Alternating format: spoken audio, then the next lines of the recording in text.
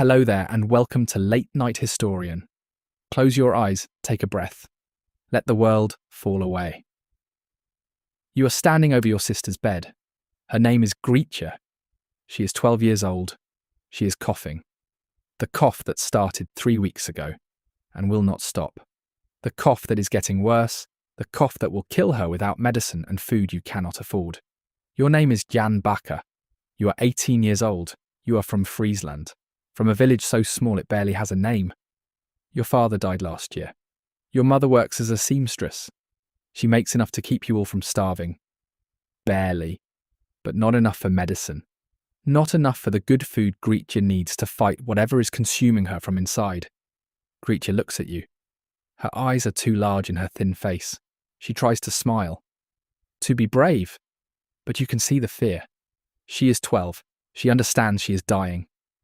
I'll be better soon, she whispers. Her voice is hoarse from coughing. You nod.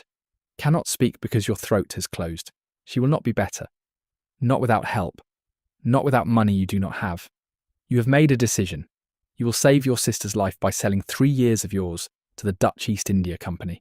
You will become a sailor. Not because you want adventure. Not because you dream of foreign lands. But because the VOC pays wages. 9 guilders per month.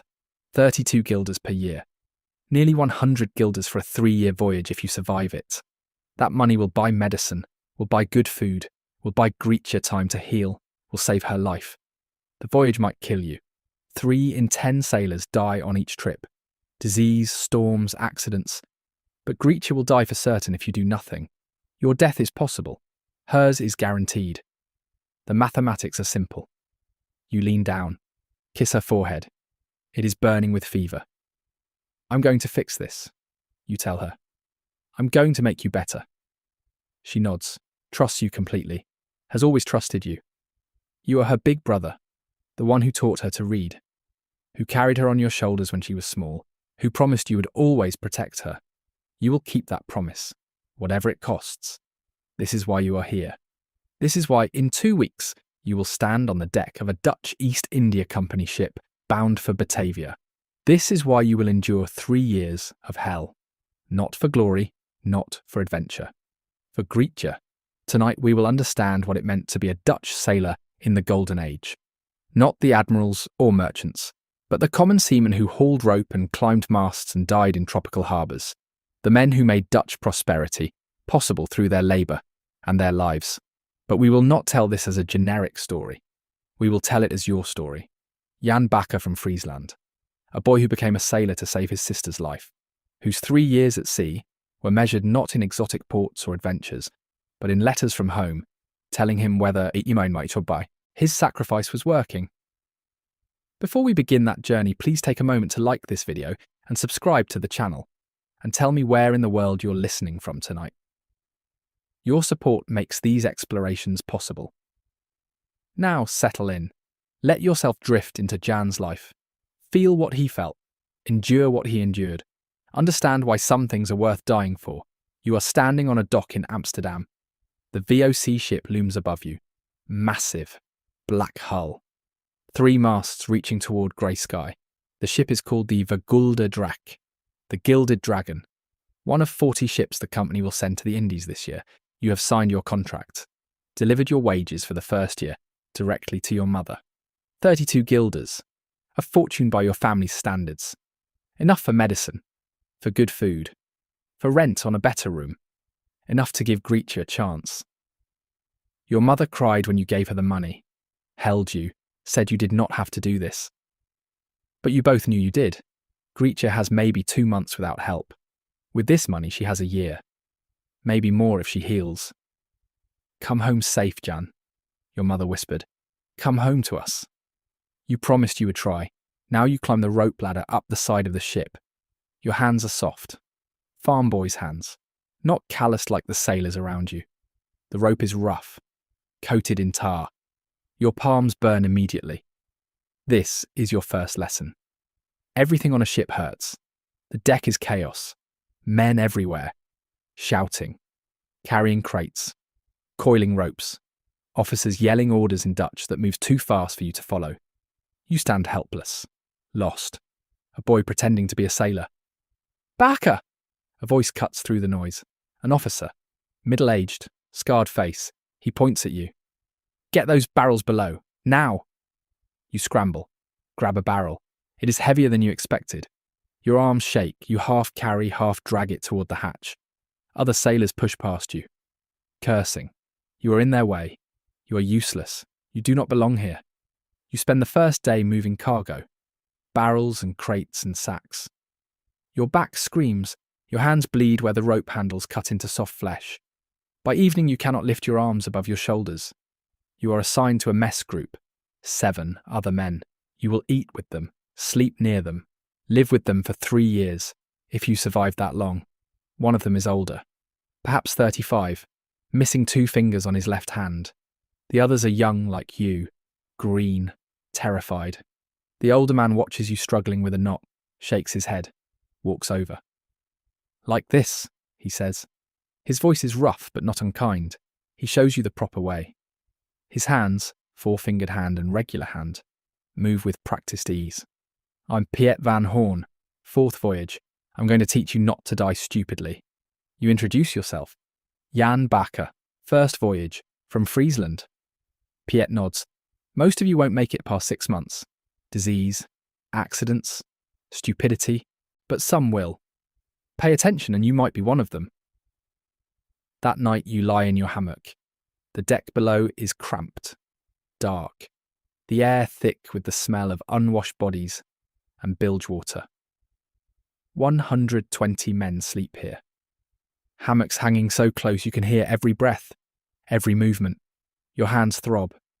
The blisters have burst and raw flesh showing. You wrap them in cloth torn from your spare shirt. It helps slightly. You think about Grietje, about whether the medicine is working, about whether she is coughing less, about whether your sacrifice matters. You will not know for months. Letters take 4 months each way. By the time you hear whether Grietje is improving, you will be halfway to the Indies. You can only trust, only hope, only endure. You are Jan Bakker, 18 years old. You have been a sailor for 1 day. You have 1,094 days to go. You learn to be a sailor by learning to suffer. Your hands blister, then callous, then blister again underneath the calluses. The rope work never stops.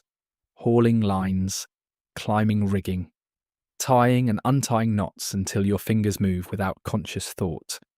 Your palms develop grooves, channels worn by rough hemp, permanent marks that will never fully heal.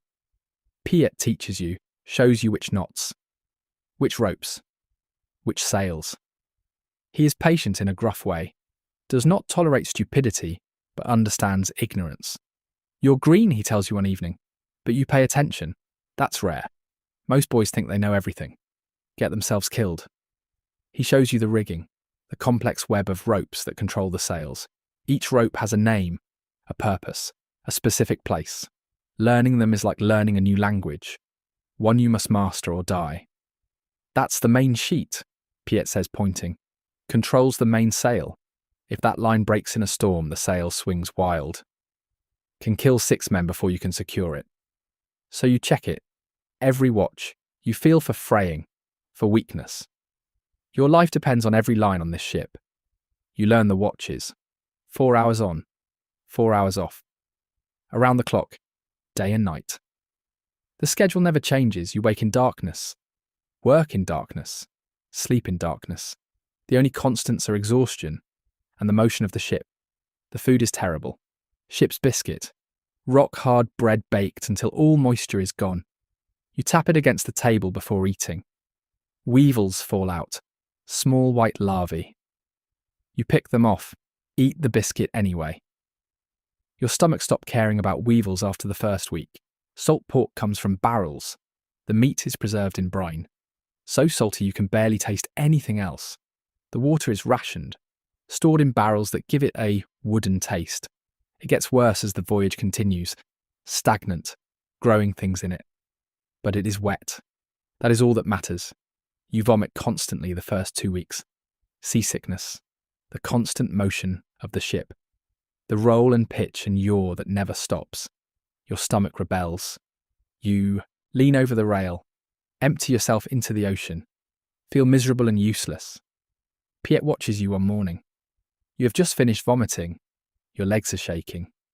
Gets easier, he says. Your body adapts. Give it another week. He is right. By week 3, the nausea fades. You can eat without immediately losing the food, can work without constantly fighting your stomach. Your body has learned the rhythm of the sea. The work is brutal. You haul on ropes that refuse to move. The wind fills the sails, creates tension. You pull with 5 other men, 6 bodies straining against physics. The rope digs into your hands, into your shoulders where you brace it. Slowly, so slowly, the sail moves. The ship responds. You secure the line. Breathe, rest for 30 seconds. Then do it again with a different rope. You climb the rigging in storms. The ship is pitching. The masts swaying in arcs. The rigging slick with rain and spray. You climb because those are your orders. Climb because the sail must be reefed, must be reduced in area to prevent the wind from tearing it apart or capsizing the ship. You climb while wind screams and waves crash over the deck below, and your hands slip on wet rope, and death is one mistake away. The first time you climb in a storm, you are terrified, paralysed, cannot move, cling to the rigging. Bakker! Piet's voice cuts through the wind.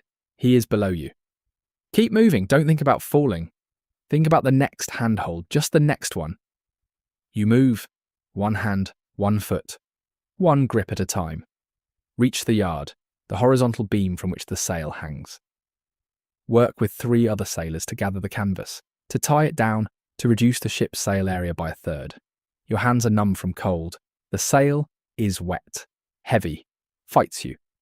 But you hold on, do the work, climb back down. On deck, Piet grabs your shoulder. Good, you didn't freeze. That's something.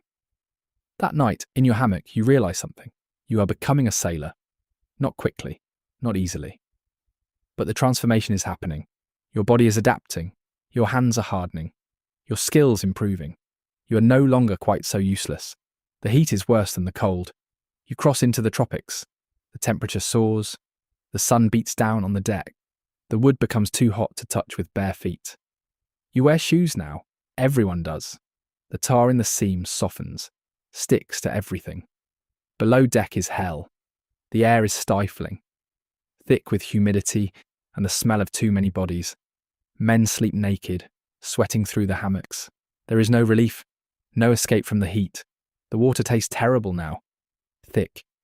The wooden barrels are breeding algae. You drink it anyway. Thirst overrides disgust. You drink and try not to think about what might be growing in your stomach. A sailor dies. Hans from Amsterdam. He cuts his foot on a nail. The wound becomes infected, turns red, then black. The surgeon amputates. Too late. Hans dies 3 days after the surgery, fevered, delirious, screaming for his mother. They bury him at sea, sew his body in canvas, weight it with iron. The captain reads a brief prayer. The body slides over the side, disappears into blue water. Hans is gone. His hammock is taken by another sailor that same day. The ship continues. Life continues. Death is just another part of the voyage. You are careful after that. Careful about cuts, about wounds. You clean every scratch. Watch for redness, for swelling. Infection kills more sailors than storms. You will not die from carelessness. The ship stops at Cape Town, the Dutch settlement at the southern tip of Africa. A resupply point, fresh water, fresh food if you are lucky, a brief respite from the endless ocean, and letters. The company ships carry mail. Letters written 4 months ago in Amsterdam are delivered here. Letters you write here will reach Amsterdam in 4 months. Your mother has written. You recognise her handwriting. Careful letters. She learned to write late. Each word is deliberate. You read, Dear Jan, we received your wages. Thank you. The medicine is working. Grietje is coughing less, eating more. She asks about you every day. Asks when you're coming home. I tell her 3 years. She says that's too long. But she understands. She understands you are saving her life. Be safe, my son. Come home to us. Your mother. You read the letter 3 times. Eyes burning. Grietje is improving. The coughing less. Eating more. Your sacrifice is working. You write back. Tell her about the ship. about learning to sail, about Piet teaching you. You do not mention the danger, the disease, the death. You do not mention Hans or the other sailors who did not make it this far. You just tell her you are well, that you are thinking of her and Grietje, that you will see them in 2 years and 9 months. That night you lie in your hammock holding the letter.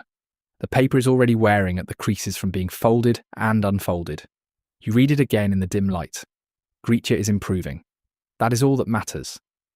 The suffering has purpose. The sacrifice is working. You are Jan Bakker. You are 6 months into your voyage. You have 2.5 years to go. And Grietje is alive. That makes everything bearable.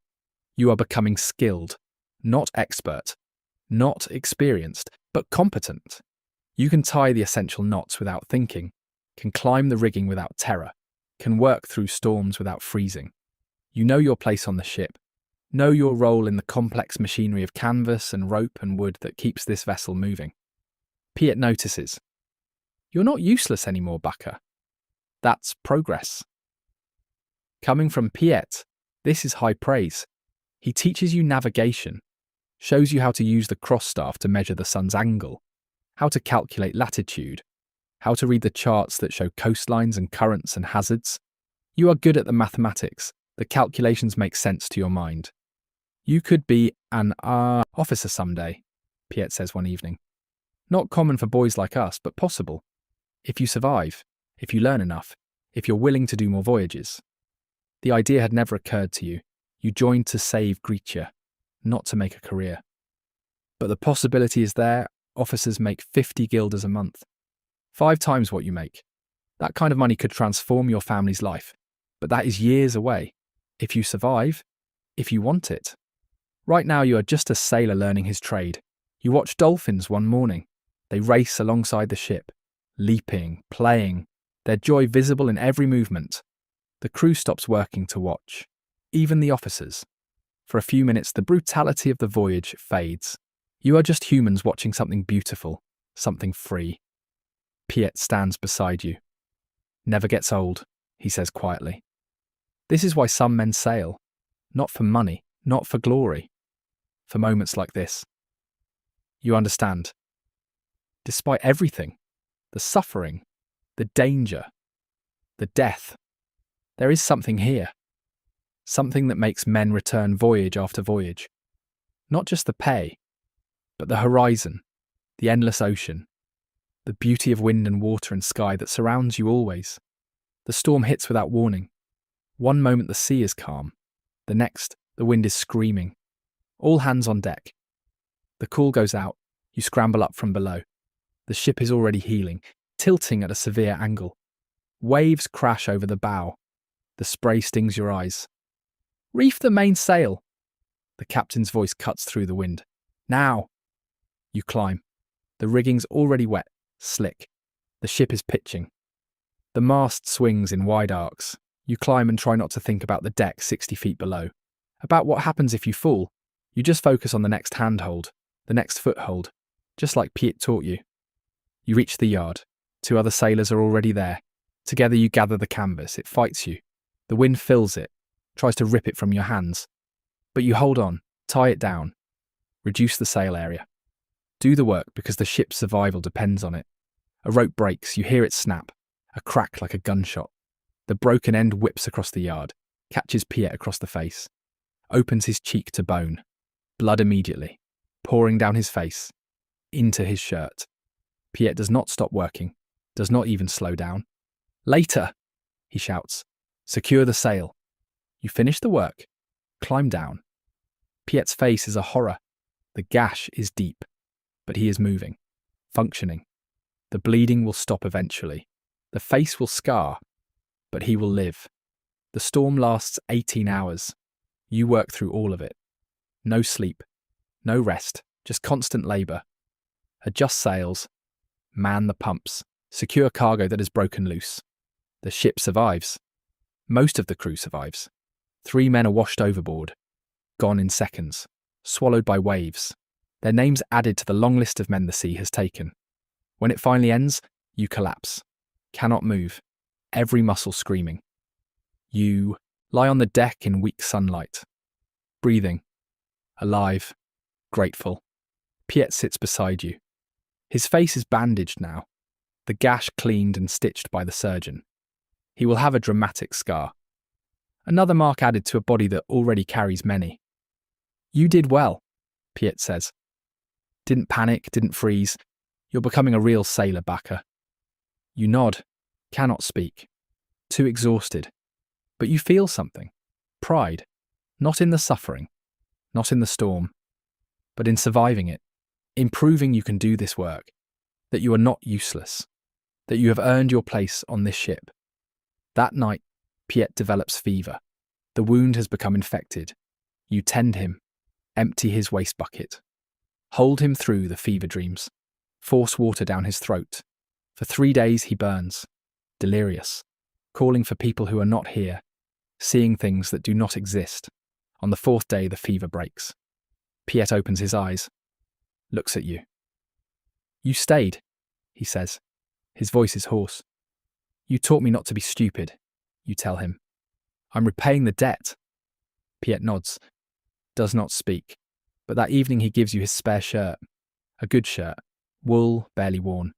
He does not explain. You understand. This is gratitude. This is friendship expressed through the only currency sailors have. Things, objects, the small possessions that mean survival. You keep the shirt. We'll wear it for the rest of the voyage. We'll take it home to Friesland. We'll keep it for years. A reminder of the man who taught you to survive. You are standing night watch with Piet. 2 a.m. The ship cutting through calm water. The stars are extraordinary. More than you have ever seen. The Milky Way is a river of light across the sky. Piet stands beside you. His scarred face pale in starlight. He has been quiet tonight. Unusually so. You ever think about what you'd be doing if you weren't here? He asks suddenly. You consider. Probably working my mother's small plot, growing turnips, dying at 30 of something preventable. Piet nods. I'd be in a Utrecht jail. Or dead. I was a thief before this. Got caught. Judge gave me choice, hang or sail. Some choice. This surprises you. Piet has never spoken about his past. 17 years ago, he continues, I was your age. Thought I was clever. Thought I could steal from the wrong merchant and get away with it. I was wrong. He touches the place where his 2 fingers are missing. Lost these to frostbite on my first voyage. Arctic run. Stupid mistake. Didn't keep them warm enough. Woke up and they were black. Surgeon took them off. I learned. You learn or you die. You ask why he keeps sailing, why he signs on voyage after voyage. Piet is quiet for a long time. At first because I had to, but then, I don't know. The sea is honest. You do the work or you die. No politics, no scheming. Just wind and water and rope. I understand this, I'm good at this. He looks at you. On land I'm nobody. Ex-thief. Missing fingers. No trade. No future. But here I'm skilled, I'm valuable. Men respect me because I know things. Because I can teach them to survive. You understand. The ship is not prison for Piet. It is the only place he has value. The only place he matters. You're different, Piet says. You have people who love you. Sister who needs you. Mother waiting. You have something to go back to. Don't throw that away. You promise you won't. But you also understand something else. Piet is teaching you because he cannot have what you have. Cannot go home. Cannot be loved by family. So, he loves you in the way he can. By keeping you alive.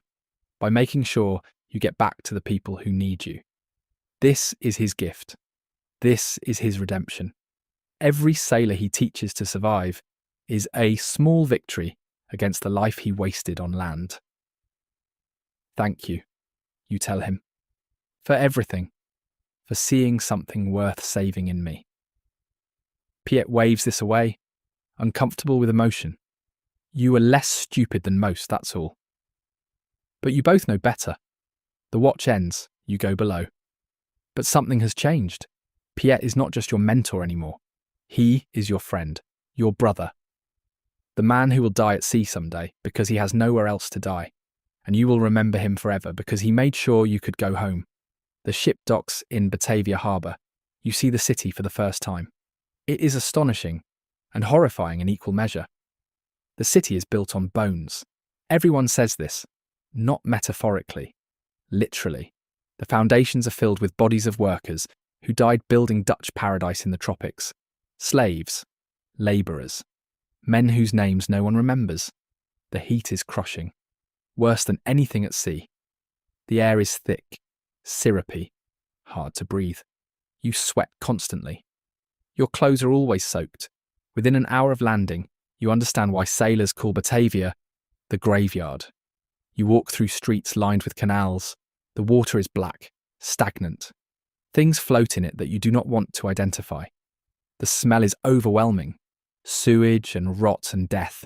The canals were supposed to be like Amsterdam, but Amsterdam's canals are flush by tides. Batavia's canals are dead ends, breeding pools for disease. Everywhere you look, you see wealth and suffering existing side by side. VOC officials in silk clothing, riding in carriages, living in mansions with servants. And in the streets, the workers.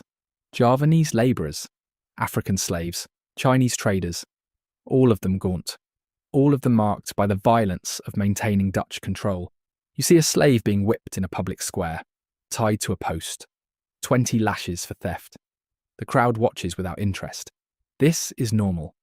This is how empire maintains order, through visible violence, through terror. You turn away, cannot watch. Piet notices. First time seeing this? He asks. You nod. Gets easier, Piet says. Or you get numb. Same thing. You hope it doesn't get easier. Hope you never become numb to human suffering. But you understand how it happens. You see it in the older sailors, the way they walk past atrocities without flinching, without seeing. They have seen too much, have no capacity left for horror. You visit the VOC headquarters, a massive fortress, stone walls, armed guards. This is where the company governs its Eastern Empire, where decisions are made that affect millions of people across Asia, where fortunes are counted and wars are planned and the machinery of trade grinds forward regardless of cost. Inside, you see mountains of spices, pepper piled to the ceiling, nutmeg in barrels, cloves in sacks. The smell is intoxicating. These substances are worth more than gold in Amsterdam. Wars have been fought over these dried plants. Men have died in thousands for the exclusive right to trade them. You are allowed to purchase a small amount. Sailor's privilege. You buy a handful of cloves, will take them home to your mother. Let her taste what you travelled 3 years to carry. That evening you eat in a tavern near the harbour. The food is strange. Rice instead of bread. Spiced meats you cannot identify. But it is hot. Fresh. Not ship food. Your body responds gratefully. A Dutch merchant sits at the next table. Fat. Prosperous. Drunk. He is telling stories to his companions about his wealth. About the fortune he has made. About the mansion he is building in Amsterdam with money earned from the spice trade. You calculate in your head. His annual income is probably 200 times your wages. He makes in a month what you make in 16 years. This is the mathematics of empire. This is how the system works. Your labour creates his wealth. Your sacrifice funds his mansion. But he will never know your name. Will never think about the sailors who carry his spices. To him you are invisible. Replaceable. Just another body in the machinery that makes him rich. You could hate him. Should hate him. But you are too tired. Hate requires energy you do not have. So you just eat your meal. Appreciate the fresh food. Save your wages. Think about Grietje, about the letter you will write tomorrow, asking how she is. You spend your shore leave carefully, 2 weeks while the ship is unloaded and prepared for return. Most sailors spend everything on wine and women and gambling. Wake up broke and sick, but you save. Every guilder you do not spend is a guilder your mother will receive. You buy a few small things, a bone-handled knife, good tobacco, a carved wooden box. These are for home, for showing Grietje what the Indies look like, for proving you are here. But mostly you save. You write your letter to your mother, tell her about reaching Batavia, about being halfway through the voyage, about the city and the heat and the spices. You ask about Grietje, about whether she is well, whether the coughing has stopped, whether she is strong again. The letter will take 4 months to reach Amsterdam.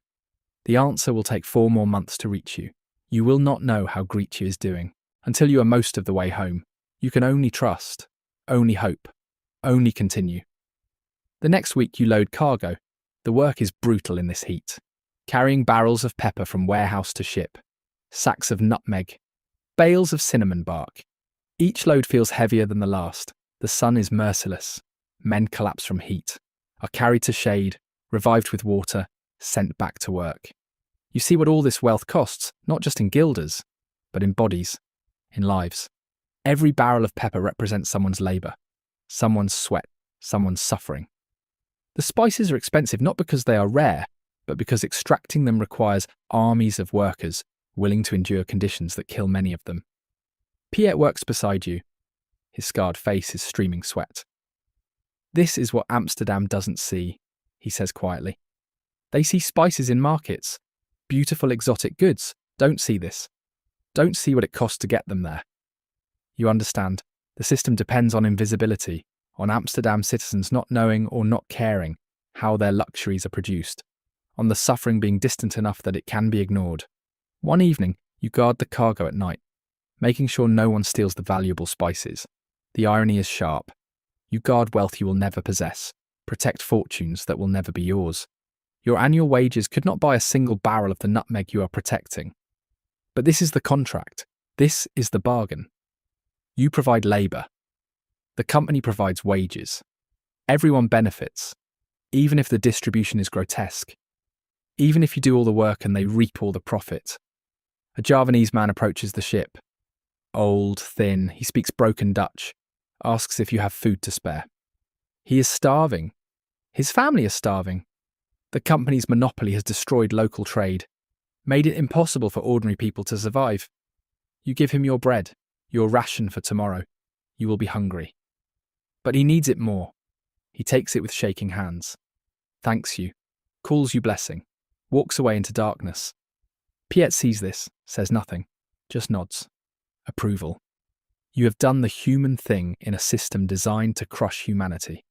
The ship finally departs, loaded with spices worth hundreds of thousands of guilders. Fortunes in the hold. You are heading home. 8 months to go. If you survive. If disease and storms spare you. If the ship makes it. As Batavia disappears behind you, you feel relief. Relief to leave this place. This city built on suffering. This monument to greed dressed as civilization. You understand now what the VOC really is. Not a trading company, a machine for extracting wealth from human misery. And you are part of that machine. A small cog, necessary but expendable. But Grietje is alive. You have to believe this. Your wages are keeping her alive. The suffering has meaning because she lives. The system is evil, but your participation in it serves good. This is the bargain you made. This is what you tell yourself to sleep at night. Piet stands beside you at the rail, watching Java fade into tropical haze. You'll never see it again, he says. This is your one voyage, your one time here. Remember it. Remember what it costs to make rich men richer. You will remember.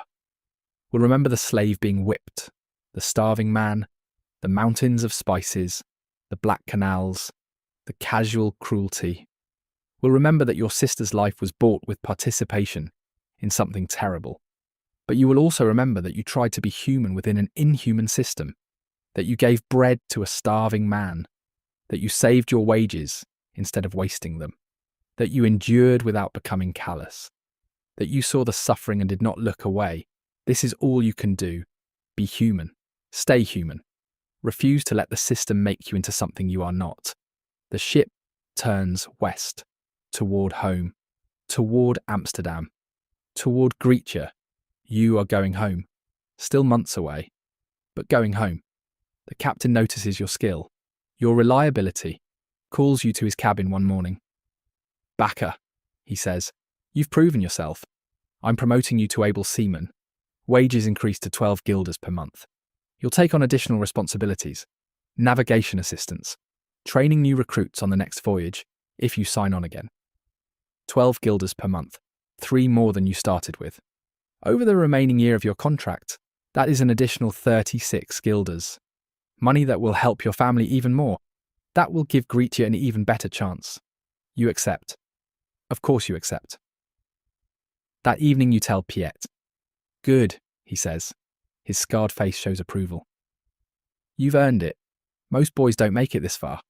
You did. You realise Piet is proud of you. This gruff, damaged man who taught you to survive is proud that his teaching worked, that you are still alive, that you are competent.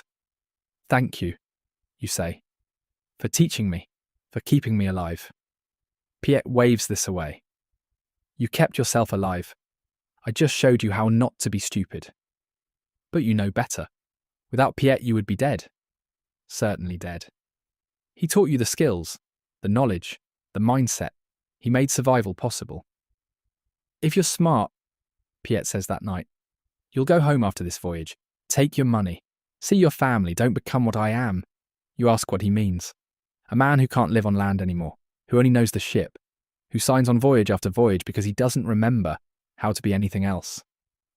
Piet's voice is quiet. Sad. I haven't been to Utrecht in 8 years. Don't even know if my mother is alive. The sea takes everything eventually, even if it doesn't kill you.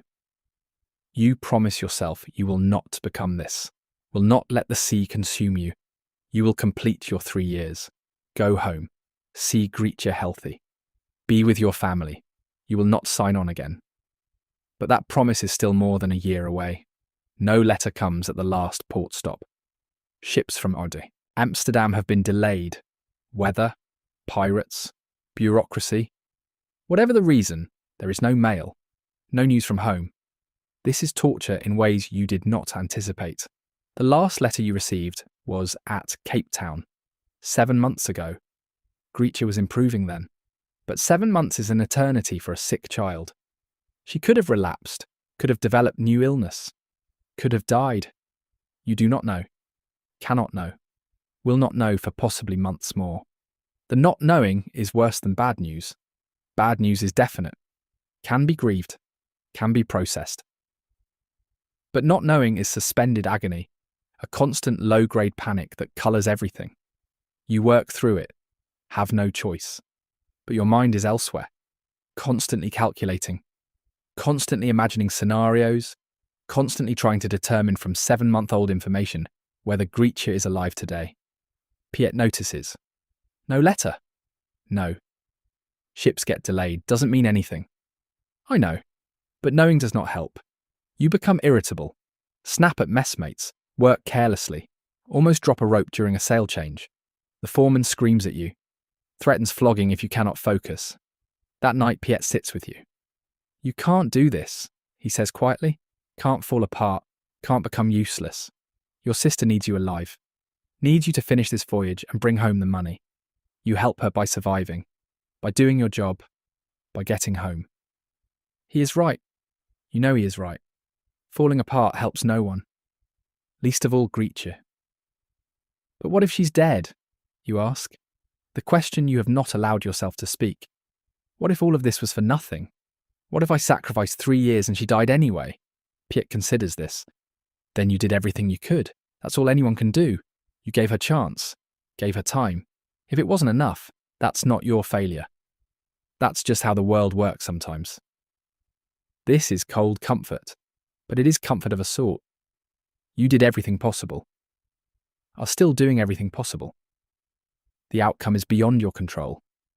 You work harder after that conversation. Focus deliberately on tasks, on knots and ropes and sails, on the immediate physical reality of the ship, on things you can control.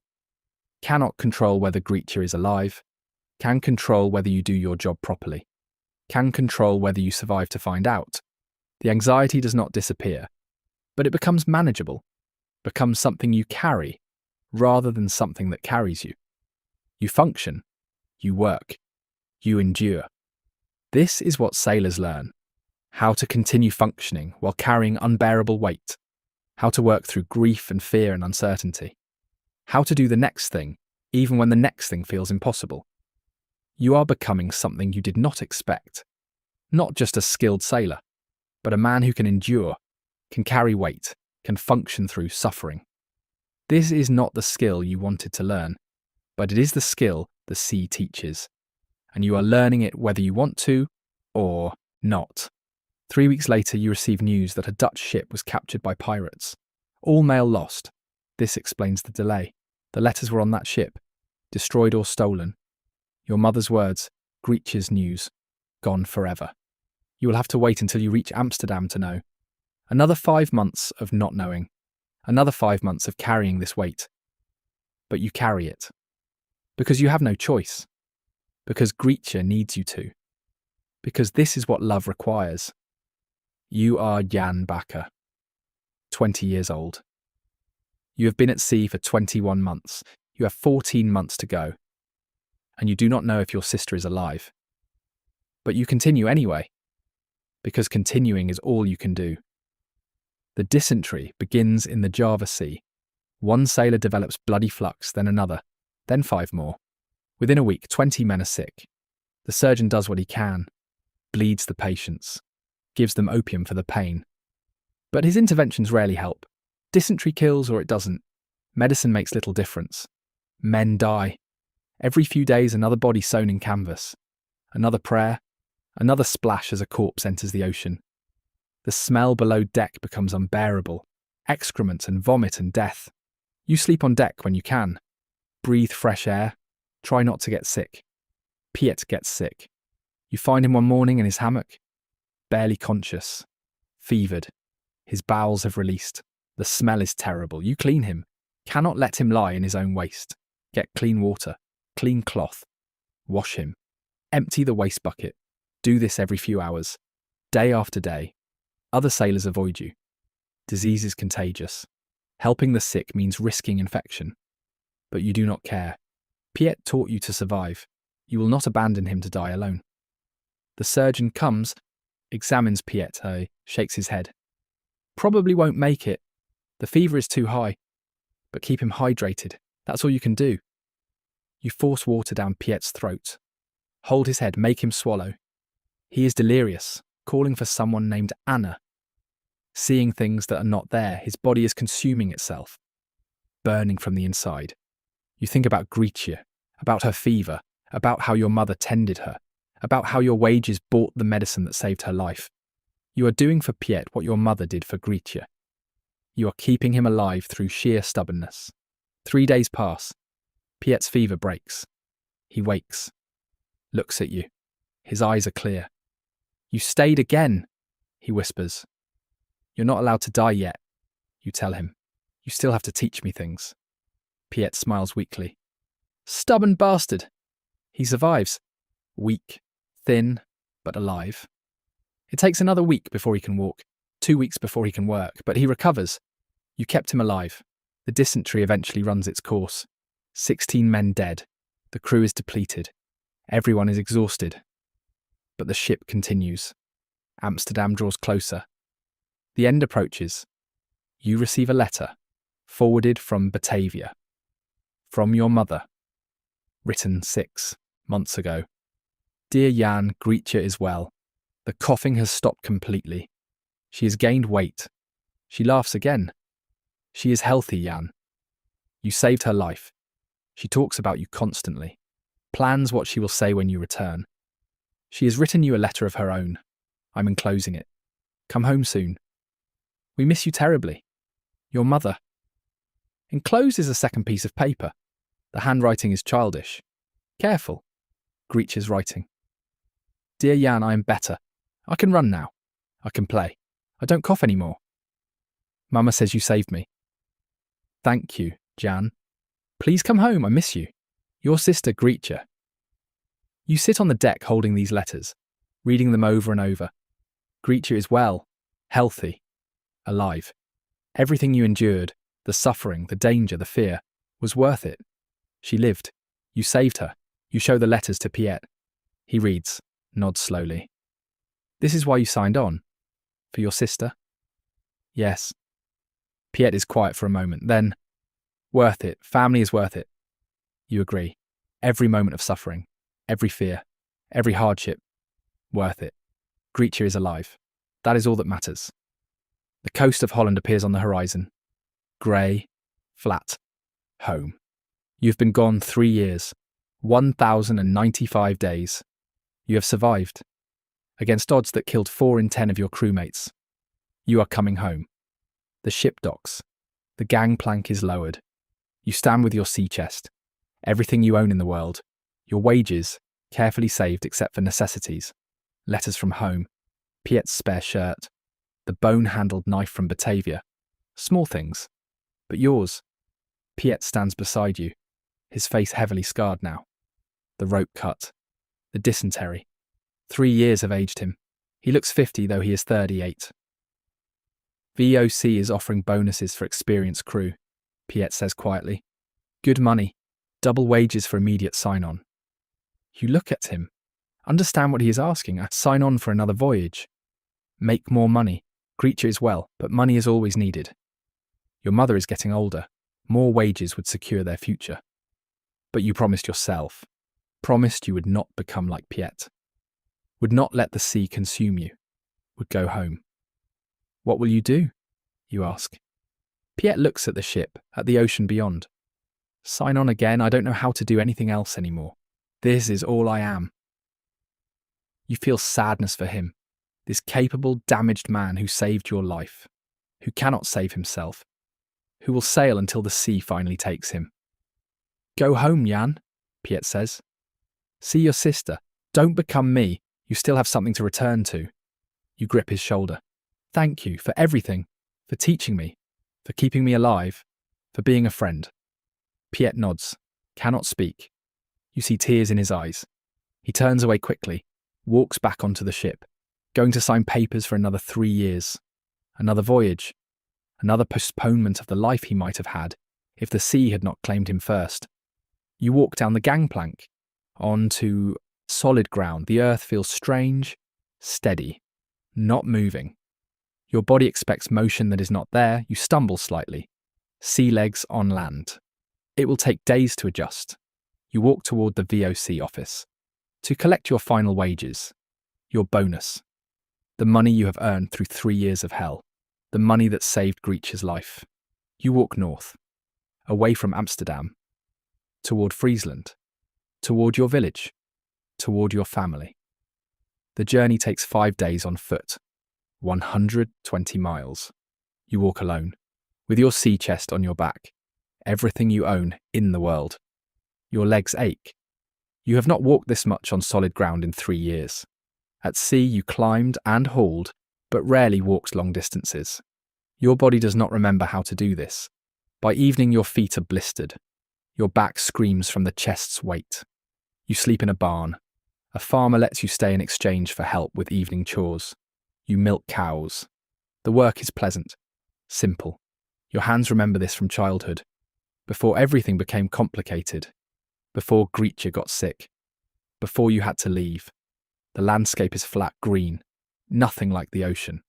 The horizon is fixed, does not move, does not roll. Your body keeps expecting motion that does not come. Sea legs on land. You stumble occasionally, confused by solid ground.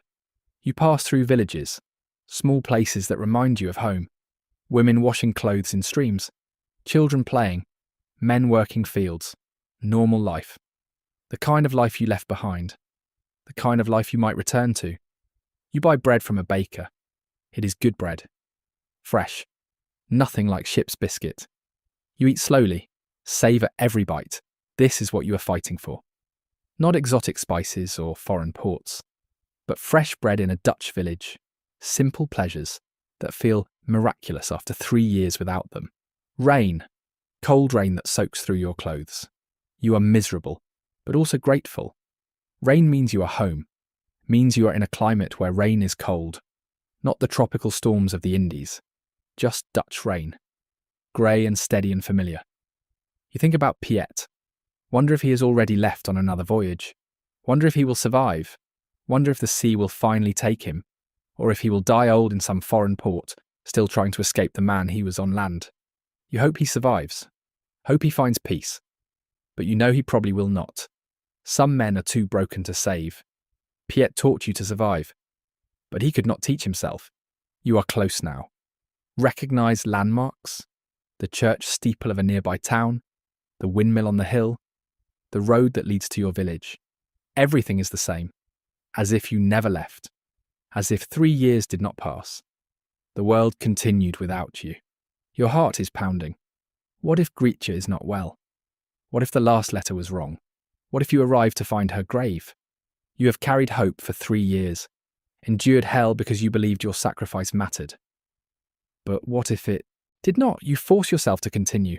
Cannot turn back now. Cannot spend the rest of your life wondering. You need to know, need to see. Morning. You reach your village. It looks exactly as you remember. Same houses, same streets, same smell of peat smoke and cooking food. You walk slowly, every step bringing you closer. Your hands are shaking, your throat is tight. You see your mother's house, small, leaning slightly, in need of repair, but still standing, still home. Your mother is outside, hanging laundry. Her back is to you. She is humming. A tune you remember from childhood. She sounds happy. This is a good sign. She would not be humming if Grietje were dead. You stop. Cannot move. 3 years of tension releasing all at once. Your legs are weak. Your vision blurs. You are home. You made it. You survived. Mother, you call. Your voice breaks. She turns, sees you. Her face transforms. Every emotion at once. Shock, joy, relief, disbelief. She drops the laundry, runs to you. You have never seen your mother run. She's always dignified, always controlled. But now she runs. She collides with you. Her arms around you, holding you so tight you can barely breathe. She's crying. You are crying. You just hold each other. 3 years of separation collapsing into this moment. You came back, she keeps saying. You came back. You came back. The door opens. Grietje appears.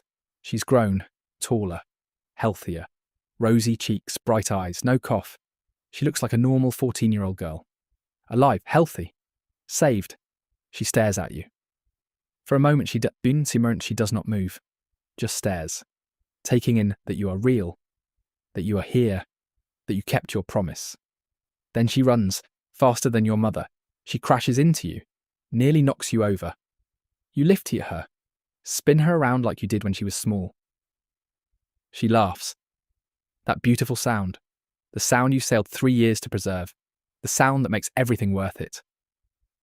You're really here, she says, touching your face, your hair, your hands, making sure you are real, not a dream, not a ghost. Her brother, alive, home. I promised, didn't I? Your voice is rough, can barely speak. I waited, she says. I waited for you. I got better, just like you said I would. You hold her, this child who almost died, who lived because you were willing to endure hell, who lived because you made the choice to save her. She is solid, real, warm, alive. The neighbours come. Word spreads quickly in small villages. People gather to see you, to welcome you home. They ask about the voyage, about exotic lands, about adventures. You tell them edited version, the parts they want to hear, not the death, not the disease, not the constant fear, just the dolphins and stars and foreign ports. That evening your mother cooks, a proper meal, fresh food, vegetables from the garden, chicken, bread, cheese. You eat slowly, taste everything. Your body is confused, has forgotten what fresh food is like, has adapted to salt pork and weevils. This is overwhelming, wonderful. Home. You give your mother the money, your saved wages, the final payment, the completion bonus, 48 guilders total. She cannot believe it, cannot believe the amount. This is 2 years of her wages. This is security. This is possibility. This is everything. She cries again, cannot stop crying. You have given her something she never expected to have. Financial security, the ability to repair the house, to buy good food, to save for the future. Your sacrifice bought all of this. Thank you, she whispers. Thank you for saving us, for saving Grietje, for being willing to go, for coming home. That night, you lie in a real bed, your childhood bed, soft, still. The room is quiet. No men breathing, no creaking wood, no motion. Just silence and stillness and the knowledge that you are home. Safe. That Grietje sleeps in the next room. Healthy. Alive. You look at your hands in the moonlight. They are weapons now. Calloused. Scarred. The rope grooves permanent. You will never have soft hands again. These hands hauled rope in storms, climbed rigging in darkness, held Piet through fever. These hands saved your sister's life.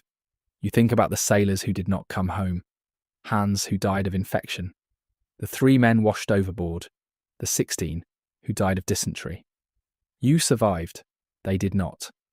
The difference was luck, nothing more.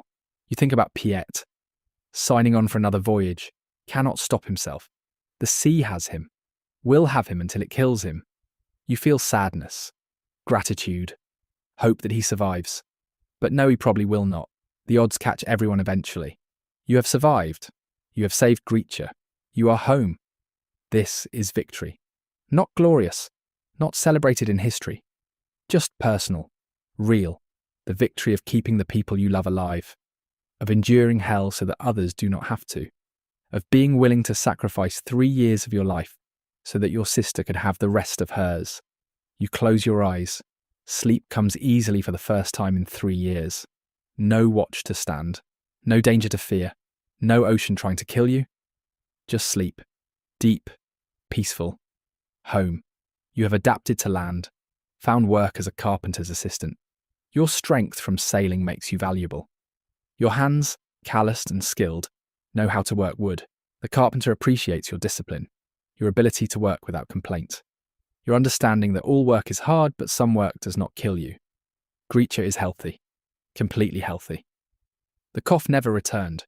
She is growing normally, laughing, playing, living the childhood that almost ended at 12. Every time you see her, you feel vindicated. The sacrifice was worth it. The 3 years of hell bought this. Her life, her future. Your mother has repaired the house, new roof, fixed walls. The money you brought home made it possible. She also saved some. 60 guilders in a hidden place. Security against future disaster. Against the next crisis. She sleeps better now, worries less. The fear of poverty that haunted her has eased. One evening Grietje asks about the voyage, wants to know what it was really like. Not the edited version you tell neighbours, but the truth. You consider lying, protecting her from the reality. But she's 14 now, old enough for truth. You tell her about the suffering, the disease, the death, the constant fear, the grinding exhaustion. You tell her about Hans dying of infection, about Piet scarred and broken but still sailing, about the men washed overboard, about everything you endured. She listens, her eyes wide. When you finish, she is quiet for a long time. "You did that for me?" she finally asks, her voice small. "Yes." "That was too much," she says. "You suffered too much. I wasn't worth that." You grab her shoulders, look her in the eyes. You were worth every second, every moment of suffering, every fear, every hardship.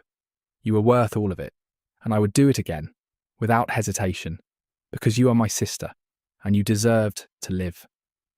She cries, you hold her, and you understand something important. Your sacrifice was not just about her life, it was about showing her that she matters, that she is loved, that someone would endure hell to keep her alive. This knowledge will shape her forever, will give her confidence, will teach her that she has value. This is what your 3 years bought. Not just her life, but her understanding that she is worth fighting for, worth suffering for, worth dying for if necessary. You are Jan Bakker, 21 years old. You were a sailor for 3 years. You survived, you came home, and you saved your sister's life. And that makes you richer than any VOC merchant, richer than any captain or officer. Because you have something they will never have. The knowledge that your suffering had meaning, that your sacrifice mattered, that you kept the people you love alive. You look at Grietje, at her healthy face, at her bright eyes, at the life she gets to live because you were willing to endure. Worth it. All of it. Worth it. Thank you for walking this journey with Jan Bakker, for understanding that behind the grand story of Dutch maritime empire were thousands of boys who sailed not for adventure, but for survival. who endured hell to keep their families alive, who sacrificed years of their lives so that others could have futures. The VOC sent over 1 million sailors to the Indies across its existence. Roughly half of them died. The company kept meticulous records of ships and cargo. But individual sailors mostly disappeared from history, their names in ledgers that no one reads anymore. But each name was a Jan Bakker. Each was someone's brother or son. Each had a reason for signing. Each endured the voyage. Each either survived or did not. Each had a story that mattered, even if history forgot it. Jan's hands, the transformation from soft to weapon, remind us that labour leaves marks that skill is earned through suffering, that the cost of surviving is often written on our bodies. His sacrifice for Grietje reminds us what people will endure for love, that sometimes 3 years of hell is a fair trade for someone else's life, that the mathematics of sacrifice are simple when it is someone you love. And Piet, the mentor who could not save himself, reminds us that some men are consumed by the very thing they mastered, that the sea that made them capable also made them unable to live without it. That expertise can become prison. If you found value in Jan's story, please like this video and subscribe to the channel. I'm curious where in the world you're listening from tonight, so please leave a comment below. May Jan's story remind us that ordinary sacrifice is often the most meaningful, that keeping one person alive matters more than glory, that the brother who sailed so his sister could live is as important as any admiral who claimed continents. And may his return home remind us that some stories have happy endings. Not all, but some. And those endings, the ones where the sailor comes home and the sister is saved and the family survives, are worth everything. I wish you a calm and peaceful night.